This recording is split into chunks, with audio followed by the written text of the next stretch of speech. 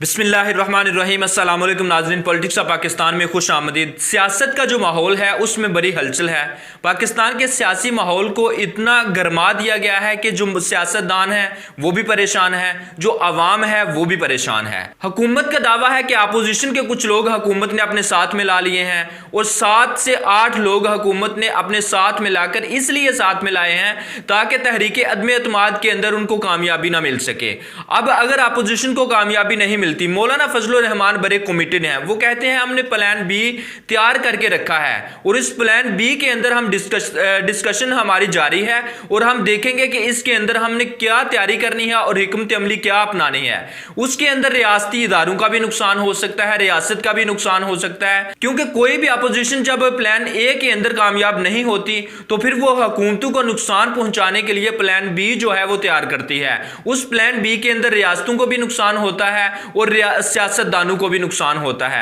अब अगर opposition plan B पर अमल करती है उसके अंदर इदारों का भी नुकसान है और मुल्की इदारों के साथ साथ रियासत को भी नुकसान पहुंचेगा। अगर रियासती इदारों के साथ मुल्क को नुकसान पहुंचता है तो इसका मतलब है कि हुकूमत को भी इसमें नुकसान पहुंच सकता है। लेकिन अपोजिशन के अंदर जो सरबराह हैं जैसे मौलाना फजलुर रहमान, शहबाज शरीफ और जिस तरह से कैंपेन चलवाते हैं मियां मोहम्मद नवाज शरीफ साहब लंदन बैठकर, और मुल्क के अंदर आसिफ अली जरदारी साहब बड़े एक्टिव नजर आते हैं आजकल सियासत के अंदर, तो इन तमाम चीजों को जब हम देखते हैं तो वो कुछ भी हासिल करने के लिए इस सियासत के अंदर कर सकते हैं, करवा सकते हैं। क्योंकि हर दौर के अंदर जब इनको कामयाबी नहीं मिलती इन सियासतदानों को तो ये हद पार कर जाते हैं और मुल्क का उसमें नुकसान होता है। इसी तरह जब अपोजिशन के अंदर इमरान खान साहब थे तो तब भी ऐसे ही हुआ था। अब इमरान खान साहब ने क्या किया, जब अपोजिशन ने प्लान बी तैयार किया तो इमरान खान साहब ने भी प्लान बी तैयार कर लिया। प्लान बी के अंदर वो उन्होंने कुछ डिसाइड किया कि अपोजिशन को किस तरह से हमने नाकाम करना है। अपोजिशन को किस तरह से वो नाकाम करेंगे, उन्होंने डी चौक के अंदर एक पावर शो का ऐलान कर दिया। पावर शो करेंगे, पावर शो के अंदर अपने एमएनएज एमपीयूज को यकीन करवाया जाएगा, अपने सपोर्टर्स वोटर्स को यकीन करवाया जाएगा कि किस तरह से हमने इस अपोजिशन के साथ इस जंग में आगे निकलना है। अगर तहरीक अदम एतमाद में अपोजिशन कामयाबी हासिल कर लेती है तो इसके अंदर इमरान खान साहब का नुकसान कम, लेकिन मुल्क का नुकसान, अवाम का नुकसान, रियासती इदारों का नुकसान ज्यादा होगा।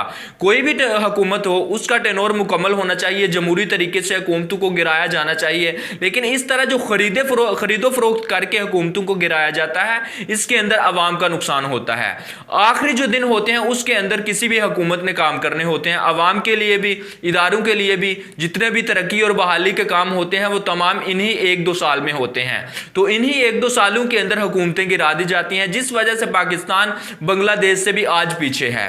अगर इन तमाम चीज़ों को हम देखते हैं तो तहरीक लब्बैक जो है वो मैदान में आती है। तहरीक लब्बैक ऐलान कर देती है कि हम भी मार्च करेंगे। 23 मार्च को उन्होंने ऐलान किया कि हम मार्च करेंगे। उस मार्च के अंदर कुछ अपने मुतालबात सामने रखेंगे। अगर वो मुतालबात सामने रखते हैं, इमरान खान साहब मंजूर नहीं करते, उनको वो मुतालबात कबूल नहीं होते, तो फिर उसी तरह का माहौल बनाया जाएगा जिस तरह का नवंबर के अंदर अक्टूबर तक जो बना हुआ था। अगर तहरीक लब्बैक मैदान में आती है तो ये एक तलबल मच सकता है लाहौर के अंदर भी, कराची के अंदर भी, इस्लामाबाद के अंदर भी। और इस्लामाबाद के अंदर जो हवाएं हैं, जो सियासी रुख है जिस तरफ जाता नजर आ रहा है, अगर इमरान खान साहब असेंबलियां तोड़ देते हैं तो इसके अंदर अवाम को नुकसान होगा, सियासतदानों का नुकसान नहीं होगा। इसके अंदर मुल्क जो है वो 10 साल पीछे चला जाएगा। तो इसलिए तमाम सियासतदानों को इन तमाम चीजों से निकलकर यह सोचना चाहिए कि किस तरह से हम मुल्क की बहाली के लिए काम करेंगे और अपने मफादात को साइड पर रखकर, अपने मफादात को ना देखते हुए, अवामी मफादात को हम मद्देनजर रखते हुए किस तरह से मुल्क की तरक्की के लिए काम कर सकते हैं। अब जो खबरें थी, एक तो 7 लोग अपोजिशन के साथ मिला लिए हुकूमत ने, दूसरा तहरीक लब्बैक मार्च करने जा रही है, तीसरा पावर शो। जिस दिन वोट ऑफ नो कॉन्फिडेंस का ऐलान होगा, इत्तेमाद के लिए वोट लेना है, उससे एक दिन पहले इमरान खान साहब डी चौक के अंदर पावर शो करेंगे। उस पावर शो के अंदर वो यकीन करवाएंगे कि अपोजिशन नाकाम हो चुकी है और अपोजिशन का जो बट्टा था वो उन्होंने बिठा दिया है। ये इमरान खान साहब का दावा है, ये किसी और का दावा नहीं। अब तक लिए इतना ही, मुझे इजाजत दीजिए। अल्लाह हाफ़िज़ नासर।